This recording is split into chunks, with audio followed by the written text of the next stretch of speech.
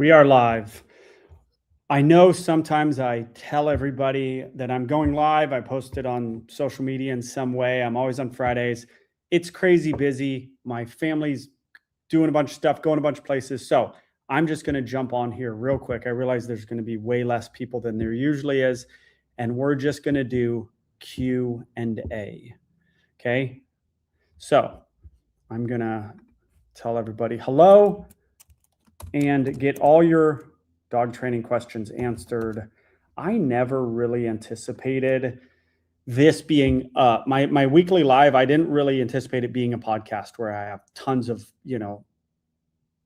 things planned. And I just want to get in here, talk to you guys, answer questions, get into topics, get into training. And that's what this was always planned to do. Hi guys. Hi, Lady Lion Teeth. Lions are my favorite animal by far. I can tell you why if you ever want to know. But here's what I'm going to say first of all. And it's been on my mind for like weeks. And I'm like, oh, that's not really a live podcast topic. I take my kids down to this area to practice basketball and do their other sports. And there's tourists and there's locals. Whatever happened to when you're crossing the street as a pedestrian and there is a car waiting for you, right? For my whole life, I have done the little fake jog, real jog, just to be like, hey, I'm trying to respect your time. I'm trying to get out of your way. When I had kids, little tiny kids, I would still do a little jog or a little wave to be like, I'm trying to move out of your way. Dude, that's like gone from society. I live in Southern California. Nobody does this anymore. People just stroll across the street, and I hate to be negative here, but I don't get it. People walk, cars waiting for them, just acting like they own the world. And I realize that the pedestrian has the right of way, but I don't know when this changed. There's been a change. I literally, my whole life, my wife, her whole life, we give a little, even if it's a fake jog, the driver's like, oh, okay, they're trying. Now people are just like, you're waiting for me. I run this freaking world. I run this crosswalk. I'm telling you, it's weird. People used to like kind of jog. I don't know what's going on. It just trips me out. Does everyone know what I'm saying? Same here in Eastern Pennsylvania. Drive me nuts. It drives me nuts. Even when I do the kind of fake, I'm trying to move quicker, like it's at least a sign, like I see you and I'm trying to get out of your way. I'm really not moving any quicker, but I give you a little wave, speed up 1/2 miles per hour. It's something. People are now just like, they walk as slow as they can. And I don't get it. I don't get it. And I don't think it was like that. Society's changing. All right. This is Q&A live. Hey, from Vermont, my Doberman isn't liking the first time owner here. Thanks. My Doberman isn't liking the cold. First time. Okay. Yeah. They have very little hair. They are very skinny. When I had Bosco, my first Doberman, you can go back and my second biggest video ever. If you go to views counts, my second biggest video, I have Bosco in it, a red Doberman. We went to Big Bear and he was like a year old and we didn't have kids. Maybe he was like 6 months old. We didn't have kids, so we didn't get it. Maybe we had a baby at the time. He had double sweatshirt and booties on. And now I look at it, it was totally overkill, but we didn't know. So what I would say is, they now have sweaters. Dobermans like to be enveloped. A lot of them, Prince doesn't so much, but a lot of them do. Get them a sweater. It comes down their arms. It sits on their back. Get them booties. And every time you go out, you put the sweater on and that's the deal. And you go, hey, this is all I got for you, buddy. You got to deal with it. That's what I would say to you. Okay. Ooh, another Doberman person. I have a Doberman and I live in a flat. This is from JW Darts. Finding his energy a lot in the house as I don't think he's getting out for long enough. Any tips to take energy out other ways? Okay. Not really. I mean, I can tell you 3 things that will decrease this 20%. Or I can say, focus on longer walks, sprinting twice a week, what I call opening up twice a week, and we can solve this 80%. So you can go the easy way, and I know you're not necessarily looking for the easy way, maybe you are. Bully sticks, food-filled Kongs, they have energy in their head, they chew, it tires them a little bit. Train them, okay, in your house, in your flat. Sit down, it mentally stimulates them, physically stimulates them a little bit. You can do those things and we might get 10% exercise out, 10% more. Or you can go for longer walks and you can say, I'm going to get my own physical, I'm going to get in shape physically, and I'm just going to do the thing, and I'm going 3 miles every day. If you're now at 1 mile, I'm going to go 3. You just helped it probably 50%. Then you're going to add 2 days a week of them opening up. Oh, Joel, but that's hard.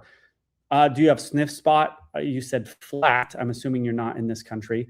You said, do you have parks? Okay, I can't remember your car. Great. Do you have sniff spot? Go make a friend who has a big yard, and get the dog running, sprinting, wrestling, and that's going to be your biggest deal. Okay, I know I'm behind in questions. By the way, we're only going to be here 30 minutes, guys. Okay. The same Doberman. My Doberman is also a kangaroo. He's really good with people, but he jumps and gets in the way a lot. I would go to Google and I would type in Joel Beckman jumping, and you're going to see my shed method. And I realize it's tough with a kangaroo, but the shed method, my jumping method, is the single best jumping method out there, and it's not even close. I'll say certain things. Recall, there are e-collars are better for recall than my way. Okay, I'll tell you when my way isn't the best and why I don't do the other way, but the shed method for jumping is by far the best jumping method, and it's not even close. This is from Tactile Captain. How do you build so much confidence with Prince and Duke? What is the best way to build confidence in your dog? I have a 1.5-year-old European Doberman, and he runs with his tail down if another dog snaps. Well, how I built confidence with Prince and Duke is a process of raising them in a certain way. That window has already closed with you. You are now retraining him to be confident, and that is different. Duke, I guess, would be more apropos to your question. How do you build confidence with your nervous dog? You desensitize them. So seeing the dog is not just the problem. There is probably a nervousness out in the world, or to trash trucks, or to you, or there's environmental things that are, if you measured his tail, confident to unconfident. He's probably not the most confident dog out in the world. He's probably here. Then he sees the dog, and then it goes here. So why don't we fix the environmental stuff, go on a lot of walks, take him a lot of places, reinforce him a lot on those walks, go places and do things that he has fun with, bring a ball on a walk, bounce a ball, get happiness in him, confidence in him. Then when he sees he's up here, then when he sees the dog, his tail goes here because we took care of the environmental desensitization, habituation, whatever you want to call it. Okay, now that's one thing. Then you need to start to let him, possibly at a distance, possibly not. He needs to meet wonderful, nice dogs, have fun with said dogs, and then slowly make the dogs more challenging. Okay, that's where I'll start for the sake of time. Hopefully that makes sense. Everything I do with you guys, I try to do it quick, short, and get the most percentage of decrease in the behavior or increase in the behavior as we can. So I gave you 2 things to do. That's where I think the biggest percentage is going to come from. There's other things, but those are the big. No, that would be the Pavlovian stuff I just said. Everything I said is just kind of counter conditioning-ish.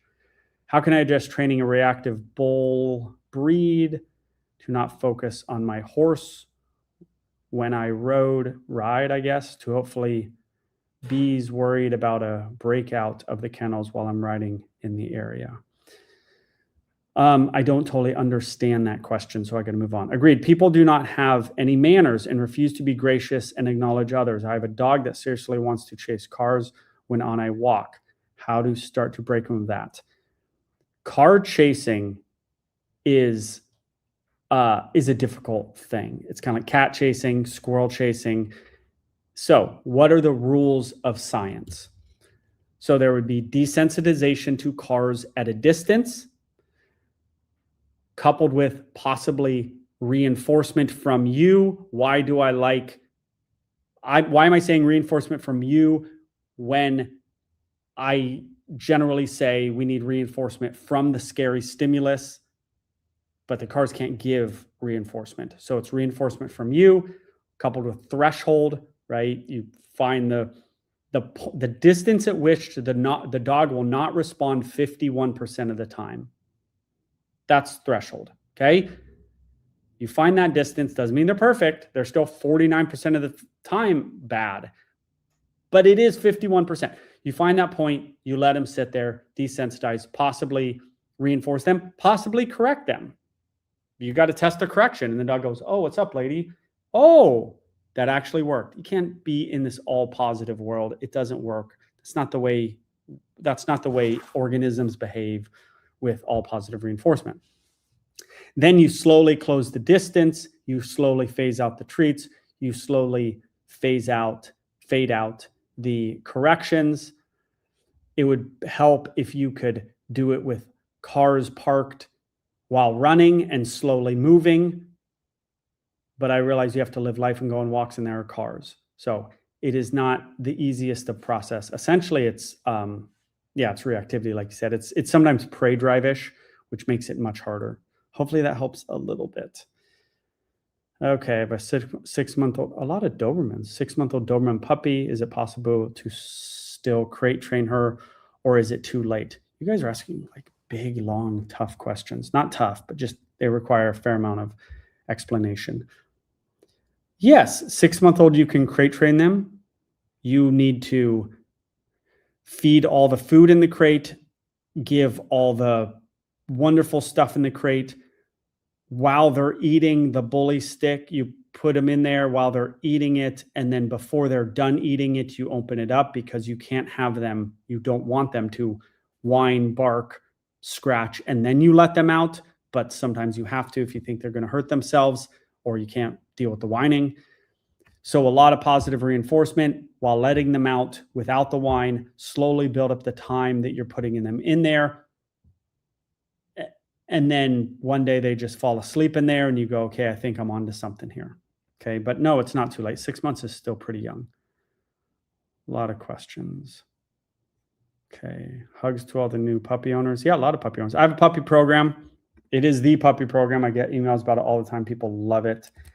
Basically, it's how I raised Duke and other dogs. I got a lot. Everything you could possibly imagine is on there about puppies. Okay, let me highlight this. BeckmanPro.com, my puppy program. It's not that expensive. One of the videos alone, my chew toy talk, will pay for the whole program because I'm going to save you enough money on chew toys, on chewies. Okay, BeckmanPro.com for that puppy program, especially if I have Doberman. Like, dude, if I own a 6-month-old Doberman and the Doberman guy told me I made a bunch of videos about how to raise a puppy, and in those videos there's 2 Dobermans, I would buy that immediately. Best guard dog for a novice owner. Guard dog? Oh my God, the cats are meowing. Guard dog for a novice owner. Boxer. Little guardy, not that guardy. Not giant, right? You don't want a giant dog. Go to the working group and go through it and go, oh, that's a medium-sized dog. Like, there's a lot of dogs you saw. Look at my Badass Breeds video that I just did, long form. A lot of dogs you shouldn't get. Dobermans aren't really, they're a little much. Rottweilers are good, but get a line that's like not a super guardy line. When you get a Rottweiler, like you don't need a gnarly one. The look alone is enough. So I don't know, boxer, nice female Ridgeback, good line, family German Shepherd, the look alone is enough. You know, I mean, someone in the comments said a Great Dane, they're just so big. Like, you better have a big house. All right. Let's see here. Did someone give money? I thought someone gave money. If you give money, I get to your question. Under duress, longtime listener says, imagine the chat of Joel Dog's vertical live stream. I don't know what that means. Boxers are not quite there sometimes, says our Patrick. They can be wild. Do you feel more superior now that a Doberman won Best in Show? And have you seen the movie Best in Show? All right, our Patrick says that. I forgot about that. So I saw that posted. I'm like, it was Doberman 1. And then I was like, oh, I should do a video on that or something. Completely forgot that a Doberman 1. Do I feel superior? I was going to say I always feel superior, but I don't. So that didn't really work. No, I don't. I don't feel more superior. I was on the Doberman train a long time ago. They're good dogs. A female one, right? Yeah, I heard it was a female. Dobermans are cool. Rottweiler's probably my favorite dog. Maybe Dobermans. I have something with Rottweilers that I love. Have had Dobies since 1993. Can't even consider a different breed unless it was in addition to. I made that most badass breed. And in the most badass breed video, I was like, okay, this dog has the cropped ears and that makes him look serious and mean and the dock tail and just saying it as fact, right? Dude, you Europeans and your hate of cropped ears and dock tails, I get it. Like, most people have no problem with circumcision, yet they're like, hate people that crop the dog's ears. And it really goes to like, what do you care about in life? And I know what they care about. They care about dogs more than kids. But like, that's a crazy position. If you really boil it down, like, I actually value dogs more than children. That is a crazy position. Forget like. A lot of people like dogs more than people. I get that. There's people out there that value dogs. Their life is more valuable than a human life. That's crazy. We don't even live in the same world. They value animals more. They're everywhere. People like that. They value animals more. That is nuts, dude. That is nuts. Enjoying your dog more than enjoying people, that's a different story. But I would rather this die than this die. That is crazy. I'd rather this feel pain than this feel pain. That is crazy. And I love animals. Since I was 10 years old, all I've ever wanted to do is work with animals. I got into school. I was 25. I got into this school. The minute I got into this animal training, crazy, awesome zoo school that I got into, I knew for the rest of my life I was going to work with animals. A lot of people I went to school with, they ended up going through school and then getting a normal job. Probably half the people there. That has never crossed my mind since I was 25 and I got into this school. And I go, I'm going to work with animals for the rest of my life. I thought it was going to be exotics. And I did that for a long time. But I don't value them more than I value a child. And it's probably because I have children. It's actually almost all because I have children. So if you don't have children, it's crazy to me. What made me get Dobermans? We just randomly got Bosco 15, 18 years ago. We looked at American Bulldogs. We almost got an American Bulldog, which would have been a mistake. But I didn't even start the business. I was still at SeaWorld when I got the dog with a plan to start a dog training business. I trained like 3 dogs before I bought an acre to start a dog training business. I also we thought about Ridgebacks. And then I don't remember how we got our first Doberman. And then it just worked so well. I said, let's just get another Doberman. And we got Prince and then said, let's get another Doberman. But it wasn't like some love of Dobermans. I mean, there was some protection. We want a dog that has a protective look. Okay. We live in a hot area. We don't want a long-haired dog. Okay, that eliminated some breeds. Short hair. We wanted short hair on a dog. And then we just got this Doberman. And the only reason we got a red, I wanted a black one. And my wife thought that the reds looked nicer than the black ones. The red Dobermans are by far the best color. I wish we had another red like Bosco. That's just such a badass color on a dog. It's called red. It's really brown. People forget we made their ears that shape to be cropped. Dock tails are for the dog's health. We made them that way. Okay. Yeah, maybe. I actually have never heard that. They're big and floppy when not cropped.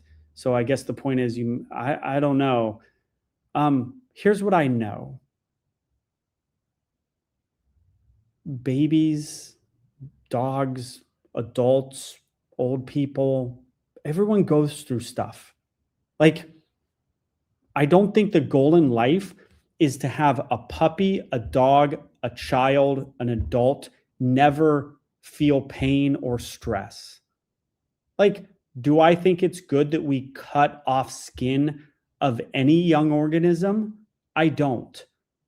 But I don't lose sleep over it, and I don't yell at people over it. They'll be okay. They'll be okay. Now, what you can't do is you don't want to pile up stress or trauma. But life's tough, dude. Like, I don't know, life throws things at you. You got to deal with it. You're a dog, you're a little baby, an adult, like, you're going to go through stuff. Get over it. Quit being, like, who gets out of this thing, dogs included, without feeling stress or pain? Like, that's not what life's about. Go back to, like, the Bible. Don't know a lot about the Bible, I'll tell you that right now. But, like, Adam and Eve, like,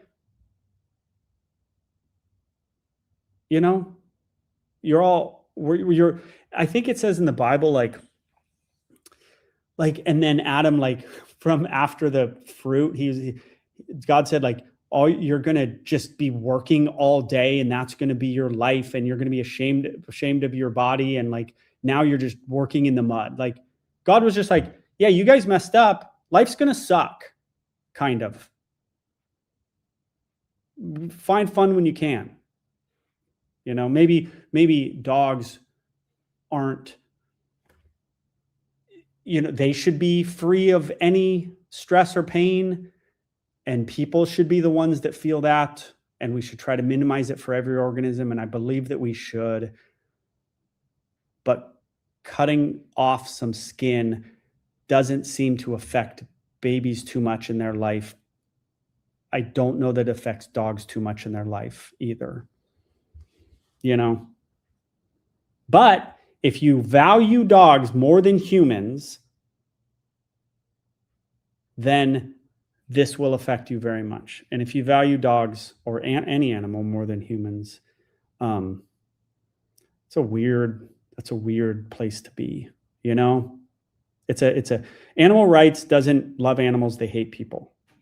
Said it for 20 years. Know enough of these people. They hate people. It's a weird world to be a person and hate people. You're like a person. Be annoyed by people, but you dislike people, bro? That sucks. I get annoyed by people a lot, but I don't hate them. I value them. They have value. They have as much value as I have. The cure was sweat, blood, toil, pain, and death. Okay, under duress knows more about the Bible than me. I've known that. He said, the curse was, I can't read.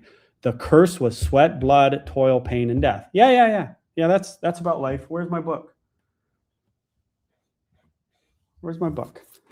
All right, the road less traveled. Very, very smart man, this guy. Ready? Preface, we don't need that. We need the beginning of the book. I don't want to take your time with this, but this is my live, and I can do whatever I want with it. Okay. Dude, here we go. Life is difficult. This is a great truth, one of the greatest truths. It is great truth because once we truly see the truth, we transcend it.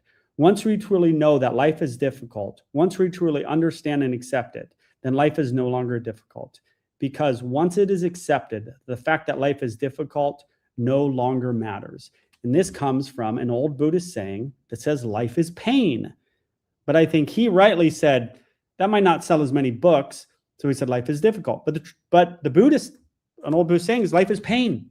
It's pain. And once you realize life is pain, it isn't pain. Everyone's going through stuff. And puppies, going to a vet. Well, people cut their dog's balls off and then they hate the ear cropping. What? I know I'm on my high horse, but I like this. Underdress says the curse was sweat, blood, toil. I don't know what toil means. Pain and death. Yep. That is a heterodox understanding of God. Orthodox is true and not weird. How the West distorted God. Humans are icons of Jesus. Okay. We are getting into it now. That is okay. We are humans have a terrible problem with humanizing animals, trying to stamp our emotions on them. Yes, it's called anthropomorphism and being anthropomorphic. To a degree, there was a time and a place for to be anthropomorphic. I am very anthropomorphic when talking to a client because I need to say certain words that get the owner to do certain actions. But I agree with this comment. Oh my God, some people are great. Of course, some people are great. If you just, I started this with a rant on people walking across the street, not hustling. So I started this in a, what the hell's going on? People are annoying thing. And that is true, but I don't recommend, I'm realizing my kids are 16, 15, and 9. If I complain, they are going to grow up less happy people. I need to not complain to them so that I can raise them to see the world in a positive way. And so my complaining is not doing them or myself any good. It's kind of fun sometimes, but.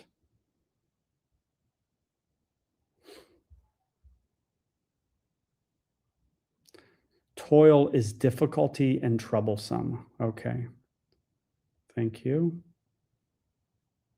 Hey, you used to upload a lot of content on your channel. There isn't a lot of new videos. Is there a reason? All right, let me ask you this, Jerry. When you say this, do you mean long form, short form, or both? That's what I want to know from you, okay?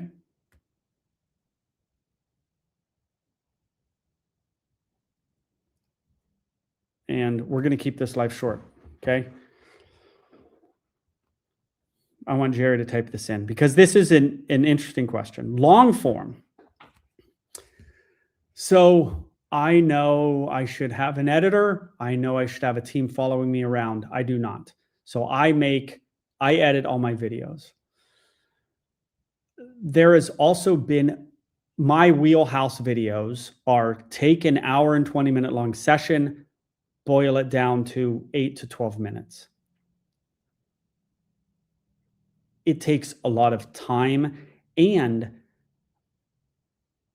I realized that people after 5 years have seen all those sessions. Okay. People have seen all of that stuff. So I have to reinvent myself a bit, up the production quality a bit, and I have to take things to a next level a bit.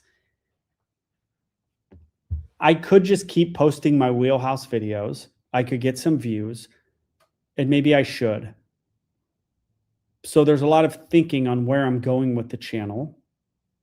You know what I want to do, and I've wanted to do this for 5 years, 4 years. you know that show Bar Rescue or Hell's Kitchen or something like that? I'm going to say it actually right here, right now.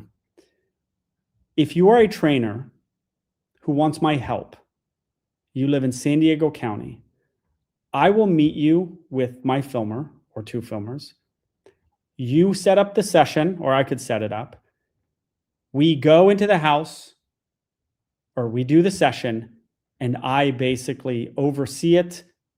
So think of Gordon Ramsay. I'm not Gordon Ramsay. I'm not going to yell, but there's some aspect of that, of being hard on being honest with the trainer and sort of coach the trainer on video and make a video from it. I've wanted to do that forever. Some Hollywood lady did a phone session with me, and she was kind of trying to get me. It was like weird. She wanted to, like, I don't know if she was picking my brain on and then going to connect me with somebody. She's an actress. But I mentioned that to her, and she said, you would be the perfect person for that. But it's a help the trainer kind of situation. I've always wanted to do that. Someone said it could be called Hell's Canine School. I think we can come up with a better. Kennel Rescue. That's good. If you're a trainer and this is something you're interested in, email info@beckmansdogtraining.com. Okay? You have to live in San Diego County. You have to be open to criticism. That's the only criteria. And we have to go to a challenging dog's house. Okay? I am open to it. I will help you. This isn't just going to be theatrics. It's going to mostly not be theatrics. I'm going to help you, but I have to be able to call you out when you're doing something wrong. Okay? I'm not sure that would be a wise thing to do in a client's home. The client is not paying under duress. The client would be in on it, of course. We couldn't just show up. Is that what you're saying? No, the person would be in on it. We'd talk to them. We'd say, hey, we're going to come. We're going to do this free session for you.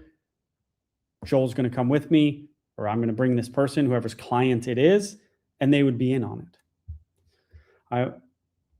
I have almost a perfect dog using all of your videos. You are amazing. Thank you. I would absolutely love to see a development of a dog, not a single session thing, but over time. Yeah, I've done part A, part B videos, and I'm not saying because something doesn't get views, I shouldn't do it. People don't care that much, actually. I guess in one video over time, so a board and train or multi-sessions. Here's the problem. The more footage I have, like, the harder that editing process is. And you guys might be surprised that I don't have an editor, that I do this myself, that I should get an editor. All that's probably true. I've talked about it. I've done it a bit in the past. Editors aren't like some great easy thing. Like, oh, just hire that employee to do that. Like, that's not easy. Employees are tough. The problem is I end up editing it anyway, actually. This stuff's dog training. Like, I've had editors, I end up editing the whole thing anyway. They save me like 30% of the time. Like, charge a lot too. Good editors, good filmers, they charge a lot of money.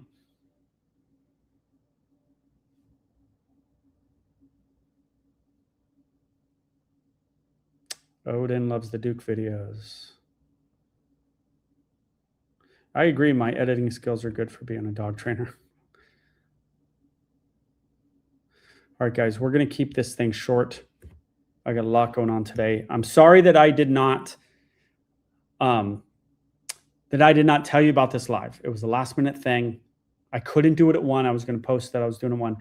But thank you for everyone being here. If you need any help, I added multiple types of sessions to my in-home. So I added a puppy session at my facility, less cost, bring your puppy out. You can beckmandogtraining.com. And I added an emergency session. So you often have to wait to get a phone set. It's for people all over the place, right? You live somewhere else. Your dog bit someone. Your dog bit another dog. You don't know what to do. You need help today or tomorrow.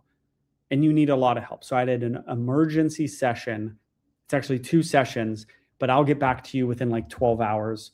So I added that at beckmandogtraining.com. If you want to become a dog trainer or have an aggressive dog, I have a dog training program, aggressive dog program, and a puppy program. And that's at beckmanpro.com. Peace out, Ryan. Peace out, everybody. I will hopefully see you guys next week. Bye-bye.